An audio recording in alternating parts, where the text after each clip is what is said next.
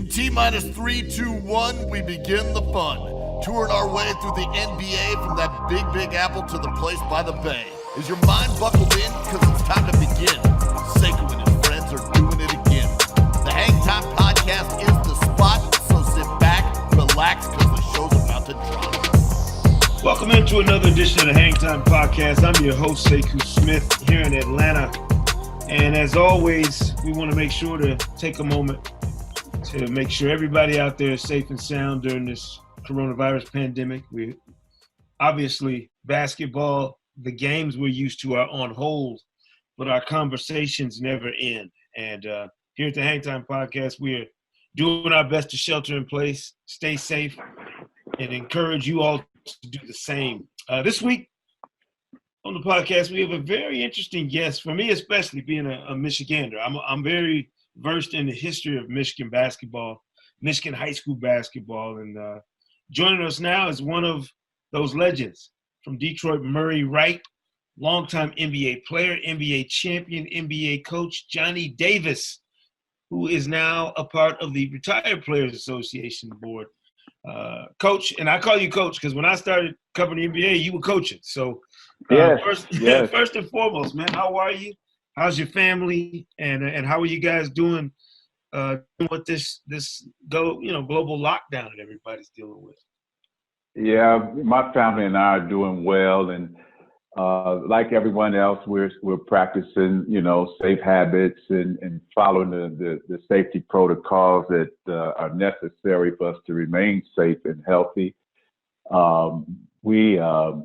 Obviously everybody's making changes and adjustments as we move along, and I just think that hopefully when we get on the other end of this pandemic crisis, that the positive things that come out of it, like working together and understanding how we all truly need one another, will continue, and the negative things that are coming out of this we can leave behind. But we're doing fine, and we're very safe here, and hopefully that will remain.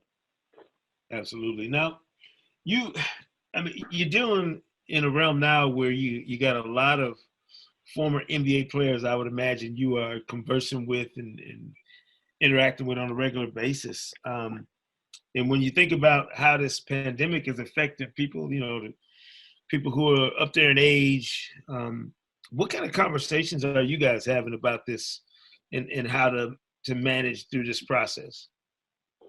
Well, Sekou, we have over 1,000+ members in the NBRPA, and of that membership, approximately 200 of them are over the age of 70, and the average age of our members is 55+. So we're right in that demographic that has been identified as being that age group that's most vulnerable to coronavirus. So we've got our eye on this in a very particular way. What we try to do is be that informational center for our players in terms of getting them real information about what's taking place with the coronavirus and the safety measures that are required and needed for them to have safety and good health with themselves and their families and loved ones. We try to make sure that they know that we are a resource for them if needed in terms of any financial pressures or additional pressures that they may be feeling, any type of psychological barriers that need to be overcome as a result of being sequestered or uncertain about the future. So we try to do those things, Sekou, to just let our members know that we're there for you, and whatever it is that you need to process this catastrophic situation, we want to be there for you and help you navigate that. So we're in touch with our members. We encourage that our members stay in contact with one another. We try to stay in contact with our members, texting, email, Instagram, all the things that are available in terms of communicating with one another, and make sure that we're there for whatever it is that might possibly be needed, if possible. Yeah, I mean, I can imagine it's a trying time for a lot of people.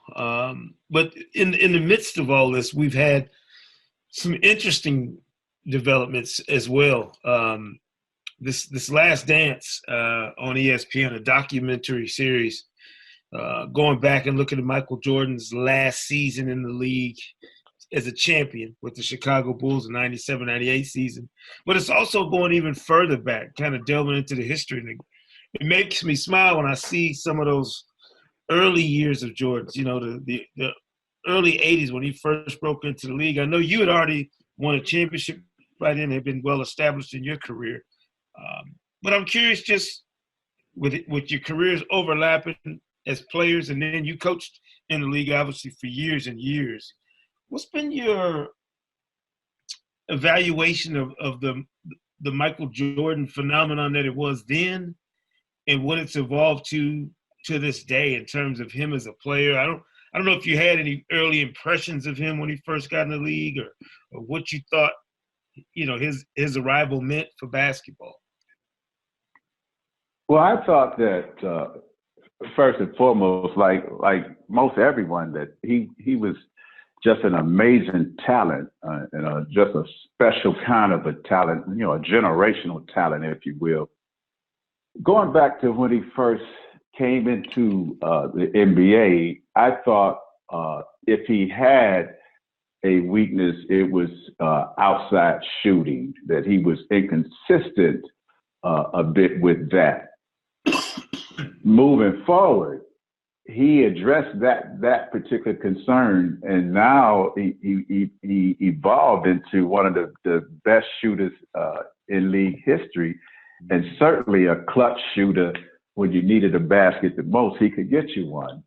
I thought his personality drove the Bulls and allowed them to overcome the obstacles that were in front of them. Back in those early days, it was the Detroit Pistons that they couldn't overcome. Once they understood how to address the physicality for which Detroit played with, and they were the architect, if you recall, back when Chuck Daly was coaching the Pistons, of the Jordan rules, quote unquote, which basically said, be physical with him, you know, knock him to the floor when he drove. And that was a time when the NBA would allow you to hand check and do different things of a physical nature in the game. So he had to overcome that, along with bringing Scottie Pippen along with him, related to getting to that next level, not just physically, but also mentally, to where champions have that next level they can always go to. So over the years, you watch that in terms of how he evolved as a player and how he pushed and maneuvered the Chicago Bulls into position every year, and ultimately winning 6 titles. So that was impressive in and of itself. Having said that, what's even more impressive to me was how he evolved as a businessman into arguably one of the wealthiest, if not the wealthiest, player who crossed over into the business arena, along with Magic Johnson, of course, and there's probably one or two others that have done really, really well post-career. But Michael Jordan was he was the one guy that you could single out and say, in terms of performance, this is what you look at. In terms of being a competitor, this is what you look at. In terms of transitioning into the business world, this is the model. And he really shaped, I thought, what a lot of players are enjoying today. When you look at the amount of dollars that are being circulated, not just for the players, but for the league, I think Michael Jordan was in the forefront of that. The popularity with which he had was global, and it allowed the NBA to now have audiences on an international platform. And I think Jordan drove that. Now you see other players today doing it: LeBron James, Steph Curry, Durant, Kyrie Irving, just to name a few. But Jordan was in the forefront of that. He really was the person that captivated people and got that started, I think, in a national way and then in an international way. Now you got to get a nod out also to Magic Johnson and Larry Bird and that whole thing going into the 80s, where the NBA was having some public identification problems and so on and so forth, and that whole rivalry also. But in terms of having it go way beyond the level it was, and having that one guy who, even if you weren't, Sekou, a basketball fan per se, you knew or heard the name Michael Jordan. So he transcended the sports fans and went to just a casual fan and even to non-fans who, well, I don't know who he is. I don't know basketball, but I've heard the name Michael Jordan. So in terms of the explosion, he was right there when technology came into play, the internet, all of those things were coming in, and he was a guy that you could promote and look to, and he never disappointed. So, he was a special talent and a special guy. Again, one of those, once in a lifetime type guys. And we were, very, very fortunate that we got to see him and how he evolved over the years. And now as an owner of the Charlotte team, he's poised again to at some point make his presence felt, at that level as well. They haven't done it yet, but I wouldn't bet against them moving ahead. No question. It's interesting. You mentioned the evolution of the game, and you came in with a Portland team and then won a championship, very early in your career. I'm curious what it looks like to you now, looking back on that time. And I would imagine when you're a young player and you're just getting started in your career, when you hit a career achievement like a title in those first few years, how does that change the way you look at the game? Does it? You just kind of think, funny. Oh man, we're gonna do this again and again. Sekou, I actually thought, man, this is wonderful. We won the championship in my rookie year, and we started out the second year as an even better team. We were 50-10 at one point, and then our main player Bill Walton gets hurt. But I thought we were going to do this every year. I said, wow, we'll just keep doing this because this is so much fun. At that time, and until you stop having that kind of success, you don't realize how special that time really is and how fleeting it is and how it can change overnight. So when you see teams like the Bulls, and I think Miami did it, Lakers, those teams that have sustained success, that is really, really special. And it's not easy. It's not easy winning a championship. It's not even easy to win an NBA game. But when you start talking about winning championships every year and having that special it factor, there's only a few teams that have done it. You got to start with the Boston Celtics, of course, going back to Bill Russell and moving that team forward. They always seem to be in it. The Lakers always seem to be in it. Miami's always hovering around it. And wherever in these times that LeBron shows up, his team usually is somewhere near it. So you have to give that nod to him. Think about what Golden State did with Curry, Draymond Green. Let's mention him coming out of Michigan. He did a lot of good things for that team in terms of being a facilitator. And so you look at teams that are special and what they have going forward and how they're able to sustain it. Another guy who I might mention seems to always show up around winning is Pat Riley. So, not to even, we mentioned Phil Jackson, and again, those coaches who has done those things. Popovich, sustained excellence. So you look at, well, what are they doing that others aren't doing? Well, first of all, I don't care who you are, if you don't have talented basketball players on your team who can compete at a high level, you can be the reincarnation of Red Auerbach, Phil Jackson, John Wood. You could be all of them combined, and you still won't get it done. You'll have a nice team, but you need talent to win. And if you look at how they draft, how they process free agency, how they do their development programs internally, they're always at the top. There's excellence in all of those areas. And they do put the right coach in with those players. Hence, you get sustained excellence. But it's no accident to me when I see the same team showing up year after year after year after year. And Sekou, we're talking about going back to when I first started playing. Right.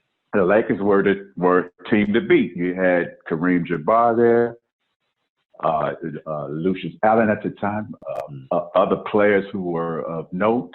You go look over at Philadelphia, you had Dr. J and George McGinnis, Doug Collins, Henry Bibby. You could just look at the Knicks going to back to Clyde Frazier, Earl to Pearl Monroe. Now, I know I'm going way back a little bit, but the only team that I saw at the time when I was growing up and starting to watch the NBA who didn't sustain the excellence to a degree was the New York Knicks. And they're still, going through that process of filling it out now. Right. But that's a market that I won't be surprised if they bounce back. But again, it takes special players and it takes special leadership. And when you combine those two things, then you have sustained excellence. And that, to me, is what separates teams like the Bulls, the Lakers, the Celtics, the Heat. They have sustained excellence. They don't do the one and done thing or, a cup of coffee success. They actually do it year after year after year after year. And then you watch how they transition, Sekou, into having other players join into what they're doing versus losing players. And here's the other thing. They never excuse or make excuses for not being successful. You never hear them complaining about things. All they do is go about the business of finding out what we need to continue at this level and go out and get the players, get the coaches, and they treat their players fairly. Guys want to go there, and they keep the train rolling right down that track called success. Right. So you have to look at the total picture of it and understand what it is you're looking at. A lot of people see it. They don't know what it is. They don't recognize it. They don't know how to get it. And they think it's luck. It's not luck. It's not luck at all. Do you, you mentioned, and I love diving into the history of the game like anybody. I'm a proud Michigander like you are, and I know what kind of talent was coming out of Detroit in the state of Michigan back then. Did you know in high school that you had a professional future in basketball? Because I know there wasn't an AAU circuit or a EYBL back then for guys to play in. It was about, sharpening your game at St. Cecilia's and around. Right. Oh, yeah. You mentioned St. Cecilia, yeah. Yeah, did you know then that you were, you knew you were good, but maybe, all right, maybe I'm better than just good. Maybe this is something that's going to lead me to what ends up being a lifetime in basketball. Yeah. Well, for me, it didn't really hit me that I was good enough and had an opportunity to become a professional player until I went to college. Mm-hmm. Coming out of high school, there was so many talented high school players that you at least for myself, I always felt like I had to work harder to get myself to that level where they were. And when I speak of that, I'm going to mention a couple of names to you that I thought were just outstanding talents and show you a bit of a connection in that thread with all of us. Mm-hmm. Arguably one of the greatest scorers to ever play the game, George Gervin, from Detroit. honed his teeth, cut his teeth at St. Cecilia and other places around Detroit. He was an excellent basketball player. And here's another guy that I will mention that a lot of people have probably never heard of, but he played in the NBA for the Nets for just a couple of years. His name was Bubbles Hawkins. He played at Persian High School under the great legendary coach Will Robinson, who also coached Spencer Haywood, Raph Simpson, who also were outstanding players. Here's another guy, Mike Robinson, who played for Michigan State, led the Big Ten in scoring 3 straight years. Now, where's the connection? George Gervin lived about a mile from where I lived. Mm-hmm. Mike Robinson lived across the street from where I lived. But Bubble Hawkins was just around the corner. And I didn't even mention some other NBA players who played that did not household names, but they were good enough to play in the NBA. Mm-hmm. Eric Money, Lizzie Harrison, Connell Norman. I mean, there's just so many who played. Now, all of us played at St. Cecilia. That's the place, the recreational center that you mentioned. We all played there, but we also all played on the playgrounds and different places. And that's the kind of competition you had day in and day out. Now, as we all move forward, you know, in terms of going into college and different things like that. When I left high school, I had become an All-American player, but my main focus at that time was to get a college degree and be in position to come out of college and find a job that could sustain me in terms of day-to-day living. It wasn't for the NBA. That was pie in the sky for me at that time. Right. but fast forwarded 2 years, I was now at the University of Dayton. I was a sophomore, and my coach at that time, Don Downer, calls me into the office. He says, "Hey, are you interested in trying out for the Pan American team?" I said, "Well, sure, Coach. I'd love to try out for the team." He said, "Well, I know the guy who's gonna be coaching that team." It was Dave Gavitt at the time, along with Marv Harshman. Yeah. Mm-hmm. So I go to the first meeting, which was, I believe it was on the campus of Maryland. I'm not 100% sure of that, but I know the first meeting, this is what happened. We all were in there and we were all dining together. All of the players from all over the country who were going to try out for this Pan American team. There were 12 positions, probably 50, 60 guys, best in the country there. Mm-hmm. They do an introductory thing where you had to stand up and introduce yourself and say what school you were from. John Lucas, University of Maryland, you know, Phil Ford, University of North Carolina, all these great players. I mean, I could go on down the line. Just great players everywhere. Right. And so I get up, Johnny Davis, University of Dayton, go to the next guy. So nobody knew who I was. It was like, who's that, you know? Anyway, Sekou, we go to our first practice and we're competing in things and we have, you know, scrimmages, et cetera.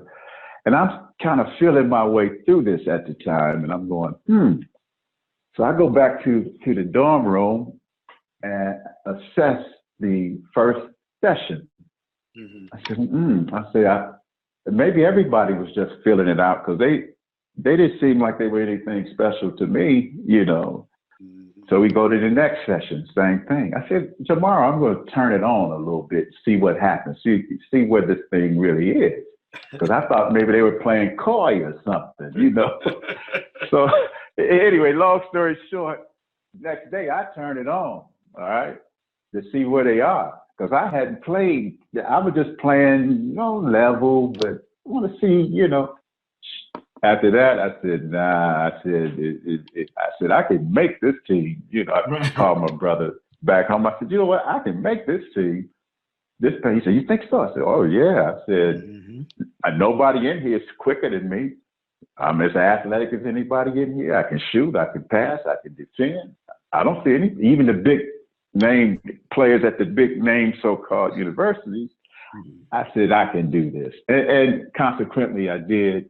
We wound up winning the gold medal with some wonderful players, Robert Parrish being one, Grunfield, Otis Birdsong. I mean, the list goes on and on. Those guys were great, great talents, and I was happy to be a part of that.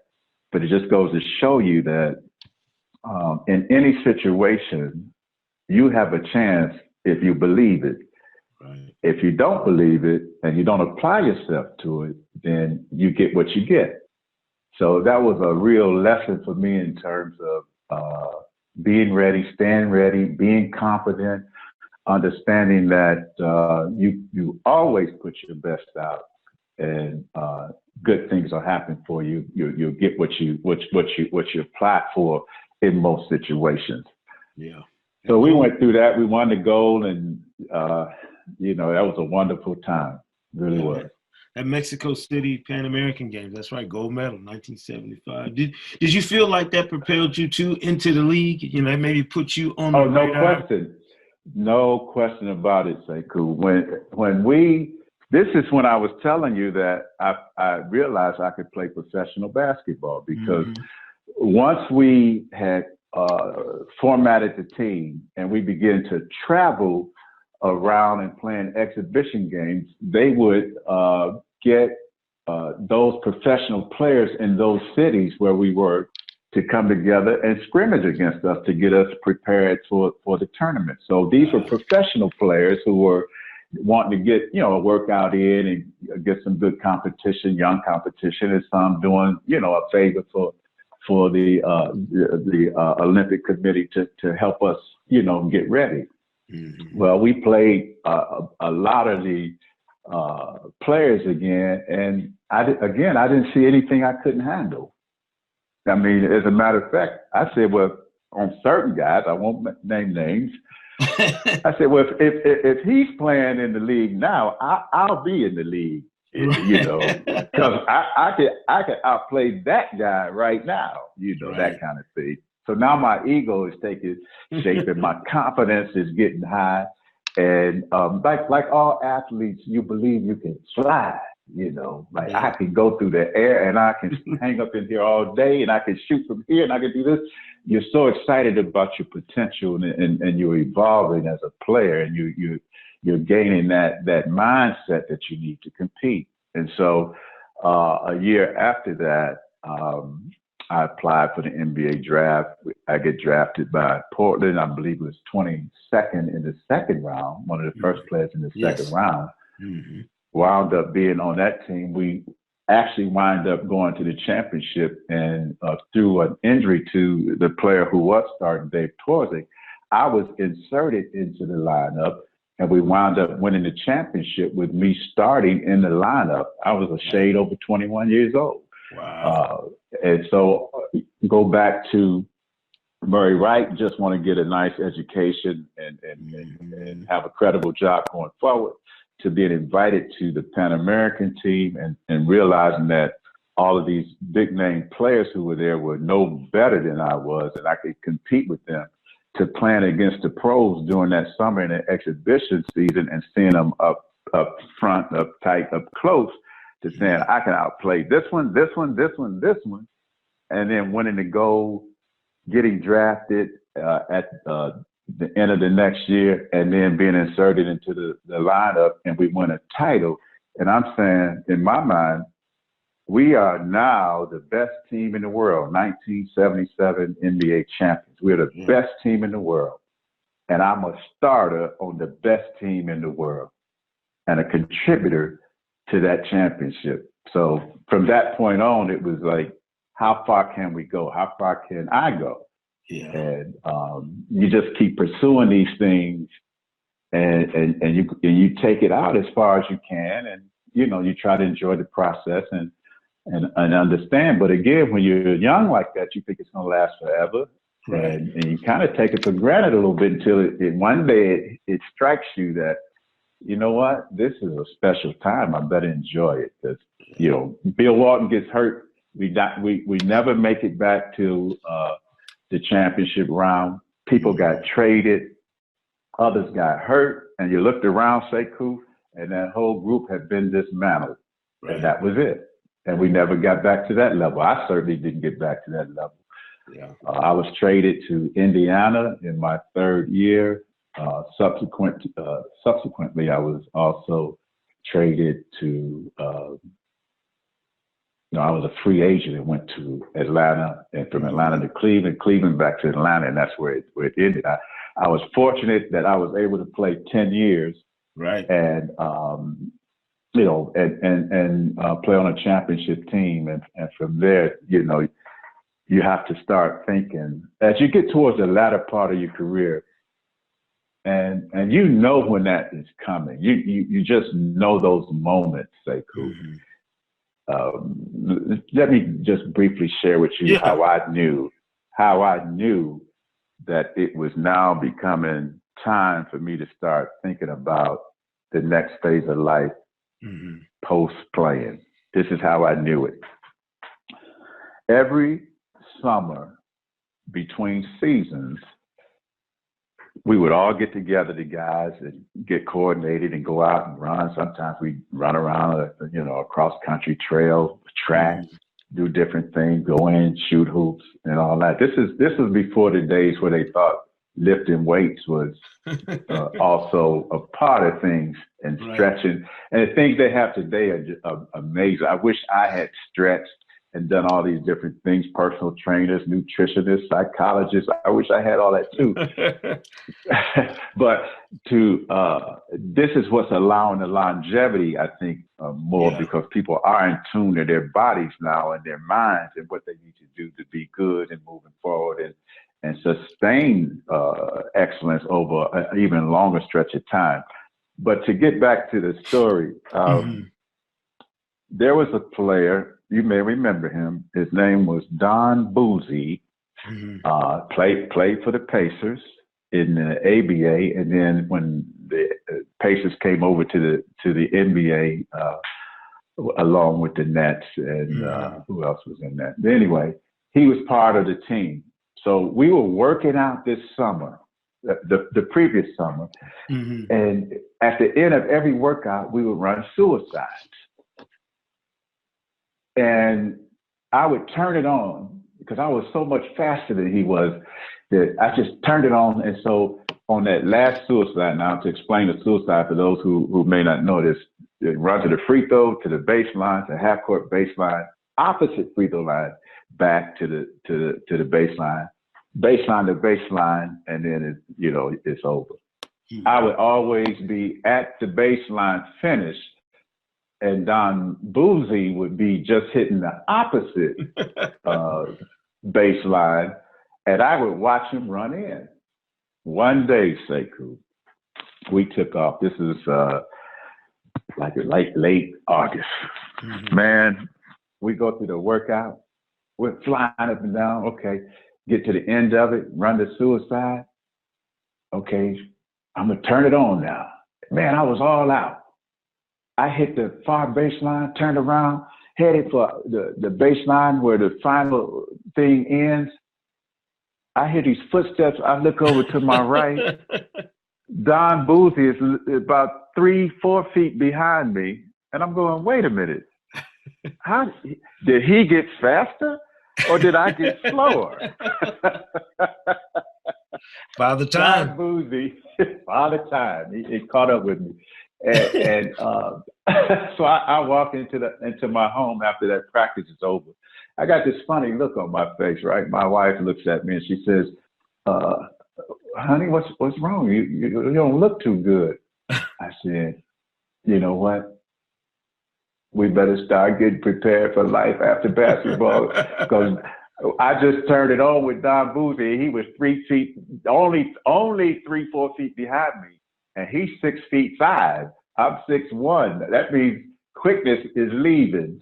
So you had those moments, and we all have them where some guys, you can't hit the hole as fast. Or in football, you give it to you, you can't get through the hole they open for you. Come on, let's go. I can't get there. But anyway, that's the story of how I knew. Now I was into my 10th year at the time, and I was trying to make a change in my game in terms of recognizing that, okay, now I can't just use quickness, I got to use intellect in position and angles and these kind of things. But that's pretty much how it ended for me, and I got into coaching from there.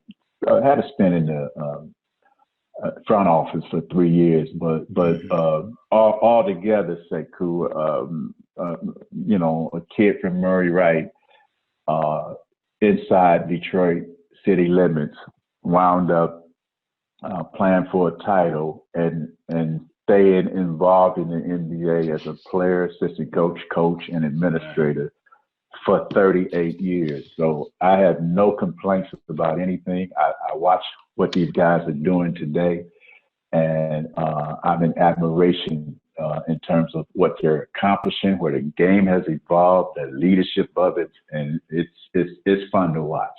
Yeah, it's awesome. I mean, I tell people all the time, there's so many basketball stories out there that we don't highlight. I hope the current players, and that's one of the things about the union and the Retired Players Association, I think is awesome.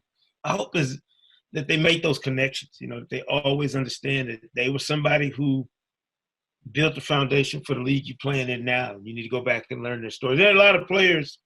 I think of Jamal Crawford, I always hear him talking about the older players, the guys who came before him and studying the game. And, you hear LeBron, these guys say, well, I'm a student of the history of the game. I hope that continues. To me, that's a great tradition for guys that play when you played, to pass on the information and the wisdom, and so on and so forth. No question about it, Sekou. And when people understand that, before there was a Kevin Durant, there was a George Gervin.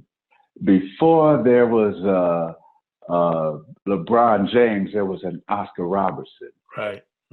Before there was a Kyrie Irving, there was an Archie Clark. So you could just go on and on and on with all the great players who played, and the players currently stand on the shoulders of those guys, because those lanes were paved for the players coming behind, and that's exactly what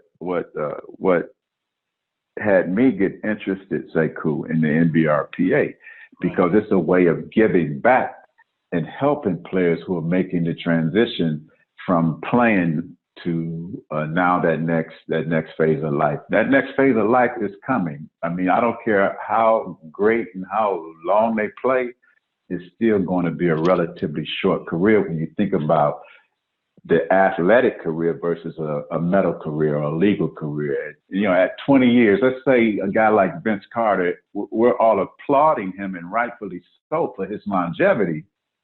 But we're talking 20 years. Now, you look at a guy who has pointed himself in say, as being a doctor in the medical profession.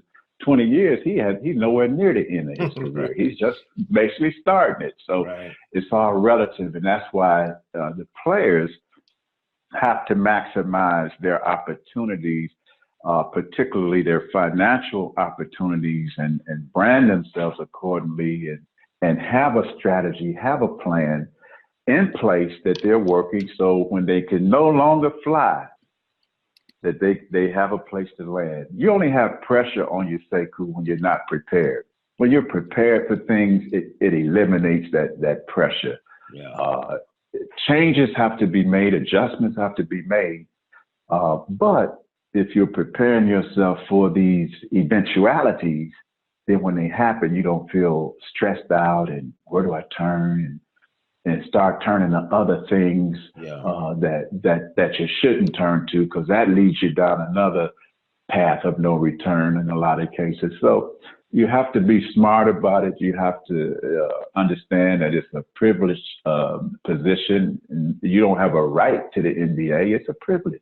Right. And if you're fortunate enough to make it and have some amount of success in terms of longevity, you know, you've achieved what a lot of people won't ever achieve, and you enjoy it for as long as you can. But you prepare for, again, that day when you know it's no longer going to be there for you as an active participant. Right. And that's where we come in as the NBRPA to provide those things that may be needed, real time, real world, real day things like insurance and debt relief if you're having issues with that, or Association for Applied Sports Psychology if you're dealing with some mental things. And here's the other thing that goes that takes place that you know, just like this pandemic situation with coronavirus, there's another unseen enemy that professional athletes have to deal with at times, and that's that mental side, depression and frustration. That, you know, I used to be this, and now you know, who am I now? You know. And they're not ready for that transition. So those are the injuries you can't see, you know, that mental thing, but it's very real out there. People think, how can you have issues? You played for so-and-so team and you made so-and-so dollars. No, it's deeper than that, Sekou. And there's that unforeseen enemy that has to be addressed. That injury that mental injury that you know, some guys have that you can't see. So we try to be available for those kinds of things as well. Yeah, that mental health and wellness space to me is one where the union and the Retired Players Association have really stepped up to fill that void. It's good to see. So, listen, I've had an enjoyable time just talking to you, Coach. I mentioned. I know the basketball experience for everybody is different, but I love some of the wisdom and insights that you bring, and I hope people enjoyed it. And I hope you keep doing what you're doing, you know, with the Retired Players Association. Keep giving back, and you guys keep going strong and continue to stay safe. We're gonna come out of this, you know, coronavirus situation and hopefully see some basketball on the other side. Well, I hope so too, because the sport is good for people and good for the players and everybody involved. I appreciate the time you've given me today, and it's been enjoyable for me as well. Best of luck to you. Stay safe, and we'll see you hopefully sometime soon. Absolutely. Thank you, Coach. Thank you. All right. Have a good one. All right. You too. Bye now. Here at the Hang Time Podcast, we always appreciate our guests, appreciate the time. As I mentioned, and as we continue to mention throughout this suspension of the 2019-20 season, we're going to be here to give you some voices, some wisdom from, you know, basketball players, coaches, contributors, people who are involved in the game in some form or fashion. So again, we give our gratitude to Johnny Davis for coming on and sharing some of his story and some of his insights about the game. For my producer, Anthony Bonaparte, and for everybody here at the Hang Time Podcast, we'll see you next time. This one is done, but in case you want another one, here's the links to all the fun from Sekou Smith's Hang Time Run. Check us out on Apple Podcasts, Spotify, NBA.com/hangtime, or wherever you listen to podcasts. Until next time, Hoops fans.